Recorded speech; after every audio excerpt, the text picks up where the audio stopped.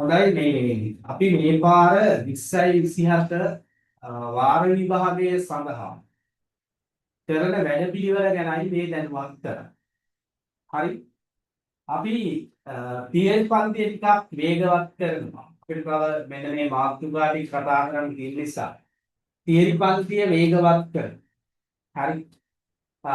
Banking theory පන්තියේ ඒ විදිහට normal යනවා. මේ තියරි පන්තිය ඉරිදා කරන තියරි පන්තිය වේගවත් කරනවා. හරි. ඊට පස්සේ කොහොමත් අපේ টොප් 10 පේපර් එක යනවා උදේ ආරම්භයේදී පරණ විෂය කරුණු මතක් වෙන ප්‍රශ්නාවලියක් ලබා දෙන පන්ති. ඊට අමතරව පේපර් ක්ලාස් එක තුරුදු විදිහටම යනවා වාර විභාගෙට අනුමුත් කරගෙන. ඊට අමතරව ප්‍රධාන පාසල් වල ප්‍රශ්න කතා කරන ප්‍රශ්න පත්‍ර පළවෙනි වාර විභාගයේ ප්‍රශ්න පත්‍ර කතා කරන පේපර් ක්ලාස් එක පේපර් සාකච්ඡා කරන පන්තිය අපේ යනවා. මේ වැඩ පිළිවෙල යනවා.